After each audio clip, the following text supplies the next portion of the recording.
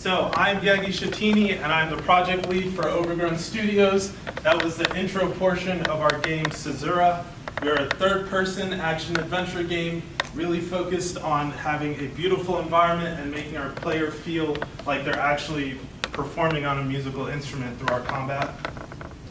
So some goals we had for ourselves coming into Vertical Slice primarily was to get our visuals set the way we wanted, especially with our fungi level, complete our squunny process. Really, this is including the visual effects and nailing and understanding how we wanted this corruption to look.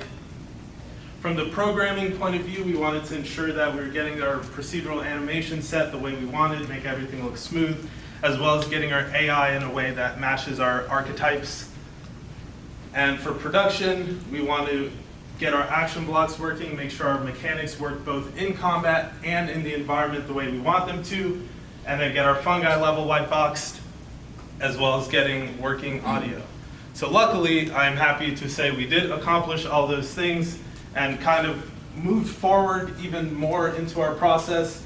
As far as art goes, we're really getting our Cohort design, which is kind of our main other species that lives in this forest with us, getting the design ideas and getting those started to sketch out, getting our bear proxy, which is another one of our enemies, as well as getting our weapon into a state we're happy with and getting that proxied so we could work on those animations with Lyra.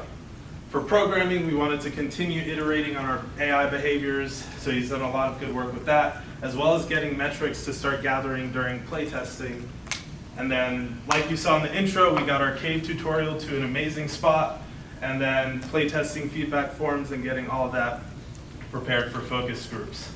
So our main character is Lyra, and here are some early sketches and ideation of her. We spent a lot of time working on who she is as a character to make sense in this world.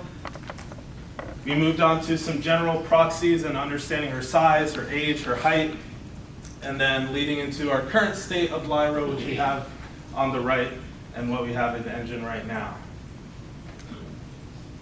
So as for our instrument, we went through the same process early on. We were kind of working on concepts of Lyra and the instrument together, and then making sure that from a third-person point of view, it actually made sense and we could see the animations in a way we were happy with. So we were trying to derive actual instruments, which we found the Irish Croyth, which is similar to a violin, but kind of held against the stomach instead of the chin, leading us into our current final concept art of the instrument, which looks really pretty. So as far as mechanics, what are we actually doing in our game? Like you saw in the combat earlier, our core base attack system is our sway mechanic. Based on how hard we're pushing the triggers, we'll determine kind of the size of the arc of the sway, and if we keep it at a small distance, you can see in the UI here, you'll see kind of smaller arcs that go out a little bit further. Next, as far as spells go, we have some mushroom mechanics. This first one is our mycelium network, where we connect pairs of mushrooms used to travel between point A and point B. This will be used a lot in action blocks to get to places we could usually not reach in time. Our puffball mushroom, which is another type of mushroom found in the environment, similar to real-life puffball mushrooms that release cloud of spores. We'll use that to unlock doorways. And then shelf mushrooms, which again grow on the side of trees and rocks, are used to connect platforms we could not reach otherwise. Some work in progress mechanics, we're working on our plant, which is used, we throw a seed and we kind of gather geometry and can manipulate in different ways. We can use this especially when it comes to connecting bridges and also platforms and other ways of manipulating the environment, as well as the AI to kind of grab them and work in combat. So we have one more portion of demo to show, which is our fungi level.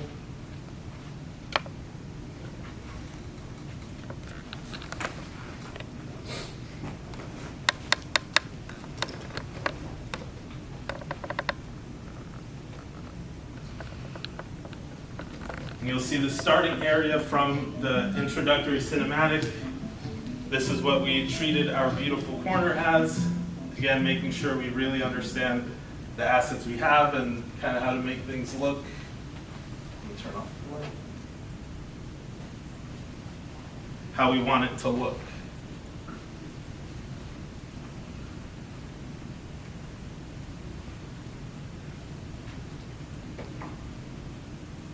So we worked a lot through this level, again, making sure it actually felt like an environment we'd want to be in, making sure the landscape made sense for both the player and our level designers to feel like they were making an actual world and environment they could be in.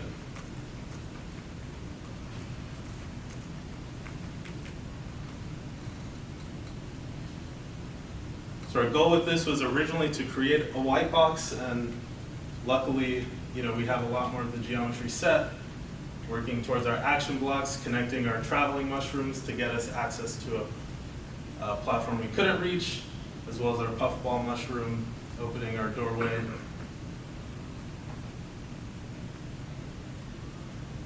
Moving forward, we're entering a combat zone. You see it taking out her weapon. You have to clear our squunnies without hopefully dying. So in combat, we could use our traveling mushrooms, the mycelium network, to hopefully avoid being cornered by the squunnies, since their AI is programmed to kind of get to us quickly and effectively corner us.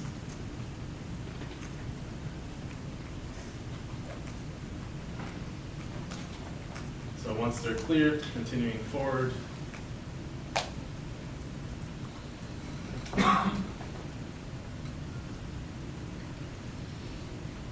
We reach our next action block, which again, we have to kind of figure out how to get past the doorway. We see 2 puffball mushrooms, but we can't actually get to the other side in time. There's just no way to do that. The other one would deactivate by then, so of course, a smart player will hopefully realize they have to use the mushroom to travel back and forth quicker than they can run.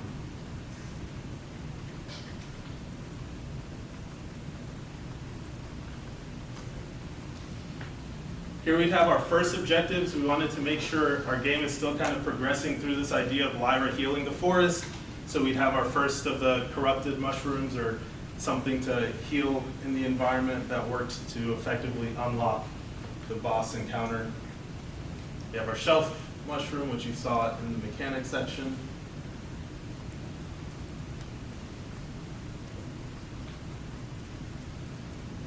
And then of course we'll just be moving forward further into the level, really utilizing all the environmental mechanics in a way to combine with each other. They're black truffle mushrooms, or black trumpet mushrooms, which act like a remote activation of something we could not reach otherwise.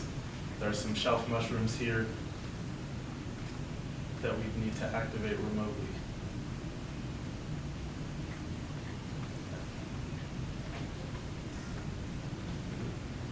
All right, so yeah, after this point, we would then progress through the level more, but we won't go through all that, because we have some more fun stuff to talk about. So as far as our current data and what we've learned so far, which has been really important for us, knowing how much we can actually make. Just some general current, like how much time we've been spending. Of course, it looks like Art has spent a ton of time, but we also have twice the amount of artists, which has been really helpful for a project like ours to look how we want it to look. We also wanted to make sure we're keeping meeting time down.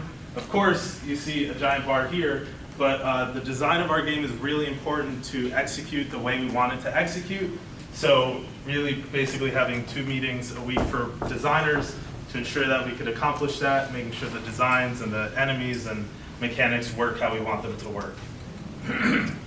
And then in general, as a capstone team, our goal is really to learn as developers how long it takes us to do things. So the goal is to get as accurate as possible, and luckily we're kind of starting to trend. Our estimations really do match, or are getting closer to matching what we think they will.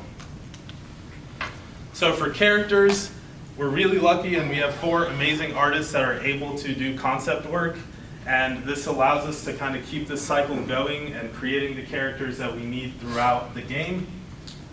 From there, we have 2 character artists, which lets us get a proxy in the engine to start testing the AI animations and getting sample rigs, and obviously finishing up the final asset for it, leading to our complete character. So in total, the Squunny took us over 130 hours. This is counting time from last semester. If you remember, we were discussing the original method of making 3 separate characters for each stage of corruption, which wasn't really going to work out. So we went through a lot of time developing our current method, where you can see the pictures here. We have our base model and then the corruption overlaid. So the Squenny itself, once we figured out our metric, totaled maybe closer to 70, 80 hours once we went through all the concepting. And then our corruption VFX method, again, having to figure out how we're going to show the player that they actually healed the character, was an important process to figure out. And now this method gets carried over to every corrupt creature in our environment. So Lyra has taken close to 90 hours so far. Like I mentioned earlier, a lot of her process was figuring out the design, who she is as a character, who she is, and how she looks. So the concept took a decent amount of time. Again, starting from last semester, who she is as a character, and our current model has taken close to 40 hours to get in the state she's at now. Similar process with the instrument. A lot of the early iteration was concepting the instrument with Lyra herself, so I kind of clumped that together. The proxy was really quick just to make sure we're understanding the scale and how to effectively balance her with the animations. So we kind of finalized the scale and making sure the bow length matches the animation length. For environments, we have a very accurate and detailed environmental asset list, kind of ranging things from different sizes. Obviously from 4 to 14, depending on the size. We're really emphasizing modularity, so you can see in the bottom picture here, one tree kind of gave us a whole bunch of extra roots and different bits we can cut off to give variance in our environment. The levels, our cave level took about 50 hours total. This is going from the layout and the white box step. This is treated like our tutorial segment, so really understanding when we need to teach things to the player. And then our current set dressing and lighting, like you saw in the demo earlier, has taken about 20 hours. Our fungal undergrowth, the first level, the process so far took about 190 hours. This went through a lot of iteration with the different layouts we could have, how we're going to connect and incorporate our action blocks together. We kind of figured out a workflow that works really well moving forward, so if we could apply this to future levels, we'll be cutting that number down drastically. And of course, we call it a white box, but I think it's a little more progressive than that. It looks a lot better. So in general, we're expecting to create at least 60 environmental assets. I kind of average this number because, again, the size will matter, but assuming they're all unique medium assets, we can create about 60 or more. And then the emphasis of modularity, one asset should provide us a decent amount of variation and customization. 3 levels, this is not including our tutorial cave level, so we'll have our fungal level finished, our plant level, and then the final Caesura encounter, which we're currently designing. As far as characters go, we have Lyra currently in the process, Squenny nearly complete, our bears proxied. The keel in general are all going to be humanoid in nature, so there's going to be a lot of sharing in that. So depending on how that process goes in March, we'll learn a lot about how much we can create with the keel, and then of course Caesura, our final boss. So with animation, this has gone a long way. If you look at the feet, that's kind of been one of our primary targets. Of course, if we're going to have all this geometry on the ground, we want to make sure it actually looks pretty, and we can actually see our character walking on what we're walking on. We don't want any clipping or random popping around. So we really wanted to make it smooth. So something as simple as feet hitting the floor, this again will be transferred to everything we do, and is a huge time saver and make everything look a lot cleaner. So our goals for March, in general, we want to start more formal testing. We've kind of sent the build around to a few people, just get some vague, feedback, but actually starting to get more formal response. From our perspective, we want to complete our bear and complete Lyra to a point where we're happier with. This really is about getting the animations and understanding the blend states and getting all that clean. As far as partial completion, we want to make sure our fungi keel pipeline is set up. So once we understand that, kind of adding the plant or forward from there will be a lot, pretty much copy paste. This includes the design of the plant keel, getting Caesura set.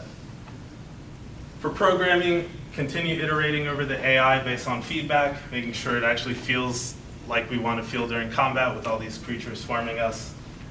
improve on the AI and animation blueprints, and then general cleaning of code, making sure everything's as modular as possible, and bug fixing as early as possible. For production, we want to finalize and nail down our basic attack system, so getting the sway how we want to feel and act, and then our plant layout, getting that underway, as well as finishing our fungi level. And if you remember before, we did mention having 3 modes of combat. We'll get that underway and get started to get prototyped as well. At this point, we'll also finalize our narrative lock, or at least the broad narrative lock, to ensure if we have any cinematic needs, those are starting to be accounted for properly, and get all the polished sound effects in the game instead of proxy events. So at a glance for the rest of the project, in April we should be complete with the keel, as well as getting our proxy Caesura set to get the final boss encounter how we want it to feel, and then get our plant level finalized at that point. In May, we'll be completing Caesura, completing our mountain level if we're going to include that as a third process. At that point, our design will effectively be locked, so we'll know by then whether we need to include that or if we're going to polish what we have. And then June, everything should start to get finalized by the end of the month, so that in July, we begin just any additional set dressing we need to environmental storytell throughout the environment. And then, of course, in August, we're done. And hopefully delivering you a fun, unique game with a cool mechanic and amazing sound. So that's all.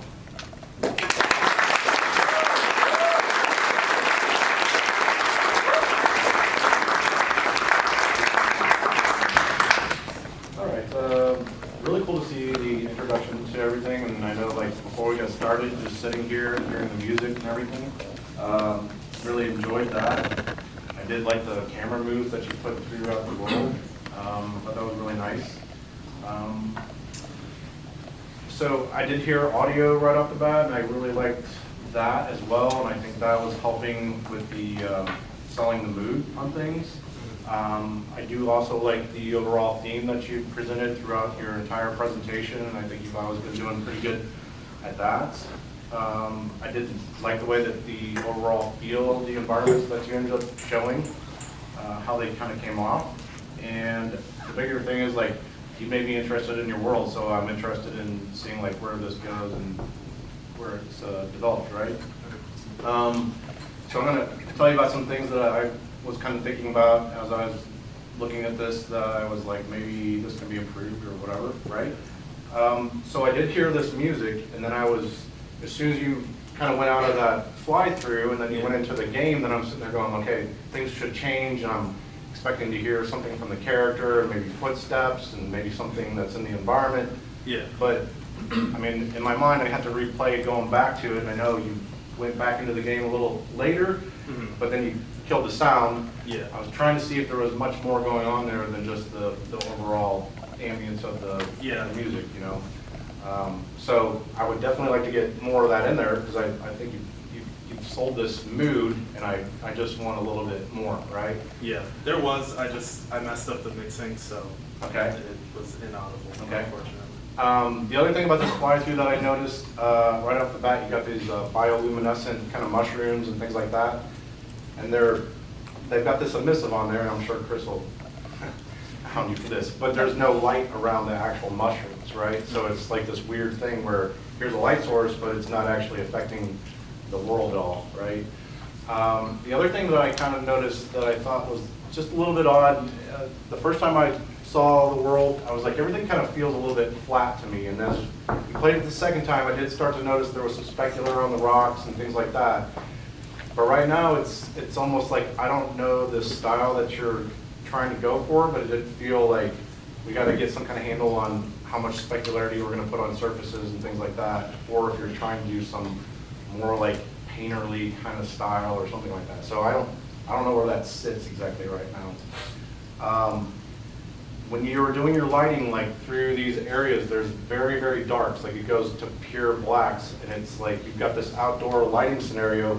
There should be some bounce light that's making some of the areas, you can go to pure dark if you're trying to make some contrast and make it feel a little bit more moody in areas. But as you were playing your game, I was like, okay, you're in the middle of the forest, and you come out here, And there's still these areas where the shadows are just like really, really dark. So I think you probably want to take a look at that from a lighting standpoint.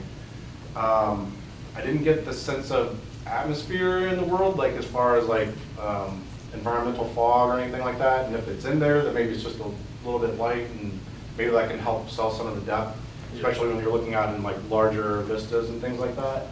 I think you probably already know your figure is skating all over the place, and that's like, you really got to nail that, because you see the character all the time, right? And if you're skating around, then yeah, that's just going to stick out at all times. I would say this about the presentation.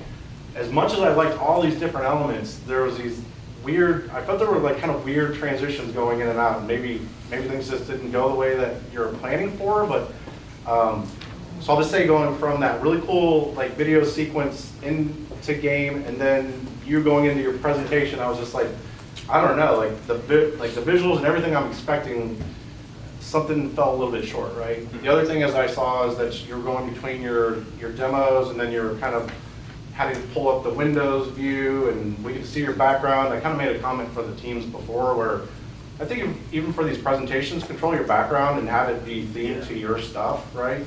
And you did have this interface where you're able to choose things, so I was like, could we not control that and be like, hey, I'm going to show you demo 1, 2, 3, 4, or whatever. Then that way we don't have to go back out, go do this other build and everything else like that. So I know it is a little bit more work, but it would just make the overall presentation for what you're showing off look that much better, right? Also, the color choices for the Squani, when it goes corruption, I noticed that it was like you're using this whites and maybe it's like bone or something like that. And then I was just kind of noticing like everything's pretty bright in your environment, and I don't know if I might choose to go something like a darker color or something like that to try to make it have a little more contrast from the environment. To me, it was just kind of getting lost in there, you know? And then, so for these last few things, like some of these things that I'm like, my bigger concerns, animation just overall, right? And again, I don't know how many animators you got, just two. So you got 2 animators, okay. Yeah, I think the animation is going to make a huge impact on everything. And then right now we have the skating issue, but then also whenever I saw the Squanies, I don't think there was any animation on those at all, was there? No. Yeah, so it's like, it comes off odd, right? Yeah. Then when you showed me some of the white box stuff that you guys are working on as far as design, and it's got the Unreal shaders on there, and it's just simple boxes and everything. Yeah. I want to know that you guys are working together with the art department, right? And my hope is that they're feeding you some more specific shapes. Maybe the first step is these big giant blocks and everything, and then very quickly you're like, okay, this box equals this, and then I need you as the artist, hey, go build me something that's a better representation for that. Because as I'm looking at some of this stuff, you guys know what this stuff is, but I don't really have any kind of visual way to know what that actually equals to, right? And again, my hope is that you're working with the art department, you say, hey, we've done this block out, we know what this means, we need to bring up the visual quality a little bit, so I hand this off to the modeling department, they build you some more specific shapes, and it becomes a whole lot more clear for anybody to take a look at what they're looking at, right?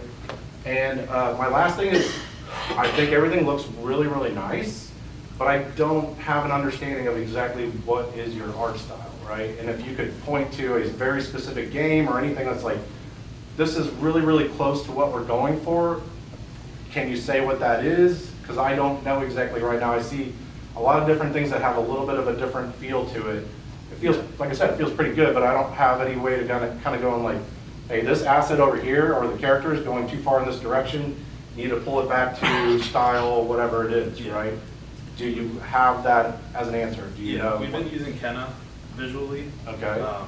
So we'll just make it more in line with that. Okay, and then again, that's going to have to, you showed a lot, so everything that you present is going to have to be in that realm of that style. Yeah. And like I said, it just feels a little, everything feels just a little bit different from each other, enough to the point where I'm like a little confused about it. But overall, really good job, and I like this project, and looking forward to seeing what you all make. Yep. All right, well, thank you very much. Actually, Nick pointed out a lot of the things and making my job a whole lot easier, so I'll try not to repeat anything that he said.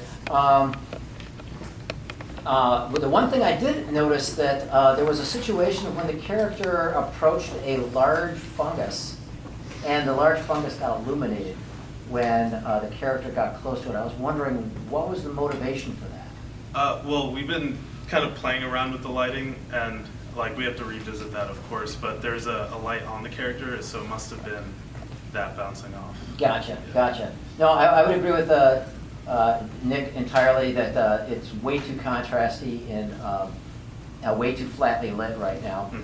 But the overall thing about the lighting that kind of really impressed me is that because of the extreme contrast between the shadows and the bright spots, it came across as, I hate to say this, like Florida in a bright sunny day, which is not bad. Yeah. Where's the corruption in this world? I mean, if I'm thinking corruption inside of an environment, I don't want bright sunny Florida. I want Cleveland in November. You know, shit nasty. That's corruption. So that's the kind of thing that I'm kind of looking for is, so like Nick mentioned it before, where's the emotional direction on this? Where, you know, is the corruption just in the creatures? Or is it in the environment? Or this is where I want to see the thing about how it permeates the overall emotional environment.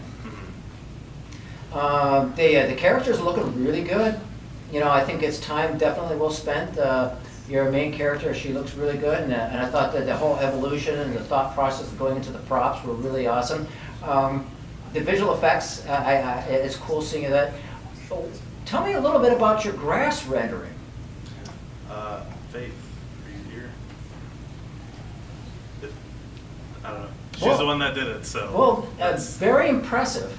Overall, the grass is a little flatly lit, but overall, it's like it's not just a simple grass wind. I don't think it's very well done. It almost looks like it's done with a compute shader, so it's really nice. It might be a little bit over the top right now, but I think it has a really good direction going to that.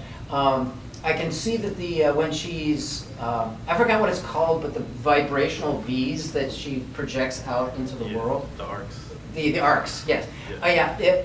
I realize you just have proxies in right now, but I kind of like, I think it would be cool to see, kind of like transparent, it's kind of across as visible sound bolts. Yeah. That would be cool. Right now, I think your mushroom travel, I forgot what it's called, this The mycelium. network. mycelium network, thank you, and the puffballs. They're coming across looking a little bit more like sparks.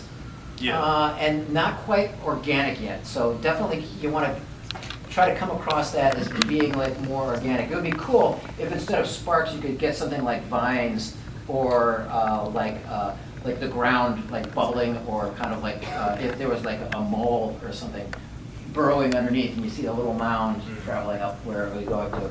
I think that would be an interesting play on that thing.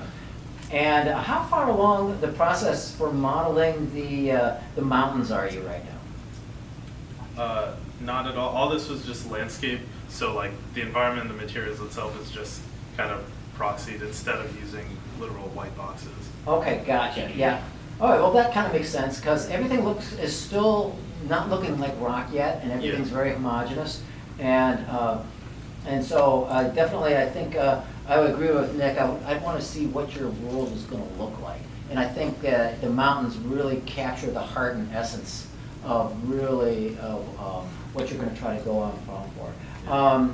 It's great that you're thinking about cinematics, but like I'm going to talk to the other teams, make sure you start playing those things right now. Yeah.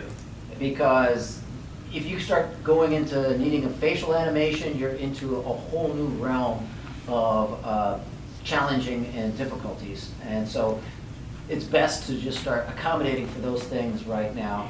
And also it says, you mentioned that you put in a procedural animation system. Can you describe anything about that? That sounds very interesting, because I was distracted by the skating as well. Do you want to talk for it, Austin? Yeah, I feel like that's a bit of a, like, there's not like advanced procedural animation. We're still investigating some things on that, but the primary thing was just foot IK, basic foot IK, setting up animations in a basic way with programming to make it blend naturally. And another thing is we're working on making the casting, so when you play the bow as Lyra, the hand will be moved, to make the bow follow and look natural and all these things. That's what we really need. Okay. And a lot of that is a lot further, honestly, farther along than you might have expected. All right, great. So I would ask you guys to make sure to integrate and work with your animators so that your animators can't, that the procedural work that you're doing there is really impressive, and just make sure that the animators aren't doing things that, or they're not duplicating things that, that you're trying to do procedurally. Because sometimes, I hate to say it, sometimes something that's more art-directed and animated by hand looks more organic than something that's animated procedurally. And can you tell me a little bit more about what you mean by cool, amazing sound? I mean, did you compose all of the sound already? Yeah. Okay, so what are your plans for that? Is it with the sound effects, the interactivity, the environment, or what are some of your plans? Yeah, so it should be as adaptive as possible. Like I already have parameters checking for like quantity of enemies and stuff, so the composition itself is quite layered. I didn't demo that in a way that I feel like it could, but it was kind of adapting in the background. Most of the sound effects that aren't the background music are just proxy events, but with Wise you just click generate once you have the official final sound in and it changes. So part of my job this month is to start finalizing and getting actual sound effects in. Yeah, so is sound going to be your ultimate driving, sensory motivation in this game, or is it going to be visual? As a sound designer, I would say anything I work on, I want music to be like core regardless. But like I think as the player itself, it's still more of the visual, since that's more a larger audience, I think. Okay. Well, definitely you've got some good elements going on here, and some things that that I think are requiring a lot of it. And it's going to be interesting. It sounds like you've got a very creative team, and it's going to be interesting to see how these new characters develop. All right. Thank you. Thank you. Yeah, briefly. I know you're focusing on the sound a lot. One of the problems that we had with the game last cohort that dealt with sound is the sound is so beautiful that the trigger sounds are either going to be discordant to that sound or completely blend into that sound. Like I don't know if you had anything in when the instrument was being played. I really couldn't hear any differentiation. So that's going to just be something you need to think about. This is too late to bring it up, but it's very odd to me that the person has a bowed instrument and they're running around. There are a couple of string players in the cohort. You don't usually run around when you're playing a bowed instrument, so that seemed like an odd choice to me. Mm-hmm. Also, I love the music, but then the game seemed to move at a much faster pace. The skating amplified that. Yeah. But I almost thought like, oh, this is going to be a beautiful sandbox game where beautiful things, and then they're like running around. I would almost, when you do your play test, I didn't get the sense that you were rejuvenating things. I thought you were killing things, like every other game that 90% of our cohorts make. So I think you need, thank you. I think you just need to, I don't know how you want to do this, but I didn't get a sense that something was being rejuvenated. I saw that white thing, and then it was kind of like all this, I thought, oh, they've dissolved it. The sound has dissolved it. So I don't know how you're going to get that across, that this is being reborn, if that's your goal with that. So I would just, when you play test, don't tell people what they're doing. See if they understand what they're doing. Because I don't know that they're going to understand that, and then you may want to pace the game down or focus on that so they learn that that's what they're doing. Yeah. Okay. So, just a couple of thoughts. Hey, Ron. All right, got my notes. All right, how y'all doing? Good. Good. All right, so I concur with Nick. There were some transition moments, and even if you just have to, hey, there's our game. Okay, that's better than that's done now. Moving on, right? Yeah. So just it's a presidential thing. I appreciated the active animations on your PowerPoint. I thought that was a very slick move to do that. You're giving Rick a thumbs up. Did he help with that? Well, no, he talks about. Well, that's smart. I did it before. Yeah, it's cool. It's a nice technique. I really was impressed by that. Good job in hitting your goals and showing here's what we said we would do last time and so forth. Now, if we pulled up the slides from last presentation, what's different about those bullets versus today? Are they Nothing. exactly equal? I reworded it so it's less like a sentence and just kind of bullet points, but I did double check and make sure it was the actual things. Okay, good. I just want to make sure that you were being completely synchronized with that, because it's very easy in that position to be like, well, we basically did this, or wow, we decided not to do that because, I mean, we shouldn't do that anymore. It's like, okay, well, let's say that, right? You want full transparency. You don't want to have any sense of like, oh, they're starting to spin, you know, because then it just creates a distrust between you and your EP of like, you know, are you trying to smoke and mirror me? And you're not, thankfully. But I wanted to verify that you keep it honest. Like you pull the bullet points, pull those exact bullet points up again, and then check them off or say, no, we're not going to do this anymore because we pivoted. Oh, that's fine. People can swallow that, but that's that honesty. You showed a really large area in general, and I think you could definitely afford to cut down in some of the scope of what you're doing there in the vertical slice in order for it to be a more earnest vertical slice that is polished, right? Let's not forget what vertical slices are supposed to be. It's a small area, but everything looks good. And so that I feel was missing with regards to animation and VFX in particular, and some of the transitions of like the teleporting thing that you were doing, and obviously the burst of the plant that would shoot off the thing. Right? Yeah, the puffball. The puffball. Yeah. So that stuff had very, very frayed edges, very in progress, and I think you can show a vertical slice and then show a prototype that has some messy stuff in it, and it's like, okay, because we're working on this stuff too, sure. But you want that vertical slice to be as pure as possible, that everything looks good there, right? In order to say that this is our vertical slice. It's all too easy to kind of blend those things together in kind of a haphazard way. And I know it's a Herculean task to get to a full vertical slice in just, 7 weeks, right? It's really hard. So my heart is with you on that battle, but it's still a battle that you should fight, because a good solid vertical slice is such an inspiring, great selling point for a game. So here's the Reddit thread that I'm afraid people would start after playing your game, that I hope they would not start, okay? You can make my gun look like an Irish liar, but this is still just a shooter, right? That's what I'm afraid they would say. I don't want them to say that about your game, because I think that you're playing with more than that. But right now, it does still feel like you took a gun and you put it on my belly with a cool little, made it look like an instrument, and then, you know, shockwave bullets came out. And I agree with Rich wholeheartedly in his comment that it wasn't clear to you that you were redeeming those animals, because I thought you were killing them, right? There they are, and there they aren't. They're gone. They're dead. Good job. You killed that ugly big white spider, right? That's the way it felt to me. Yeah. That's another note I have is big spiders are cliche. And then later on you're like, this is Squunny. I'm like, oh, that's Squunny. Well, Squunny's so much more interesting and not cliche than a big white spider. But right now it just looks like a big white spider, right? So I don't want you to kind of pay the price of that while you're doing something that's more creative, but it just doesn't kind of quite read yet. And I know it's all white because it's kind of corrupted and whatnot, but it's not reading that way yet. I think if you play tested today, people would think that they were shooting big white spiders with a weird instrument. Like that's their sentence summary of your game. And obviously that's not what you're after, not what you're doing. You're doing more interesting things than that, more creative things than that. But I don't know how much of that is reading off the screen yet, right?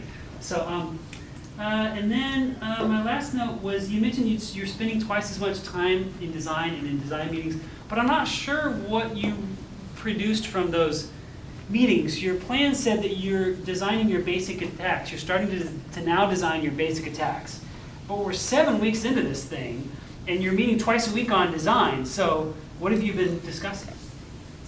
Well, to this point, it was kind of just really revisiting like the tone and vision statement in a way, and like the levels themselves. So it's been a lot of kind of the core to make sure we're not like adding bits that don't actually tie in together. Like early on, we had things that didn't relate to each other, and then it's like it started to just get like bolted on. So it's kind of been ensuring that both our design is matching the art and trying to work through that process. Okay, well, I would submit that you probably need to do more faster in that regard, especially noting that design has to be way ahead of everybody else, right? Yeah. When design is even just on time with producing content, as opposed to getting ahead of the team, it pushes the whole team back because we're all waiting on design to do its job, and then everybody else can start to make how things look, and programmers can go program. Until then, they're kind of twiddling their thumbs. So design has to do a lot of heavy loaded front work early on and take that kind of mentality. Otherwise, everything's behind from that point on. So I would just say make decisions faster. You know, if you got too many committees, then, you know, simplify it down. Like, nope, this decision is going to be made by an individual. Nope, the design lead's going to take the helm on that. Sometimes those are the kinds of things that you have to do to increase speed. You know me, I love to have as many people input as possible on something. But then you also got to get stuff done. So at some point, you may have to balance both of those things when they come at odds with each other. And that's my last note. Overall, I feel like you're trying to get at something really interesting here with the idea of a musical instrument and so forth. But right now, it still just kind of feels like a shooter. It feels like you're just shooting things from the instrument. And so I know that's not what you wanted. And so I encourage you to try to find a way to allow that vision to really come forward and come through in a powerful way. And I really hope you do, because I think that could be an interesting idea. So, cool. Thank you. Cool. All right. In the interest of giving us enough time for the other project, I will email you my notes. Okay, thank you. Thank you.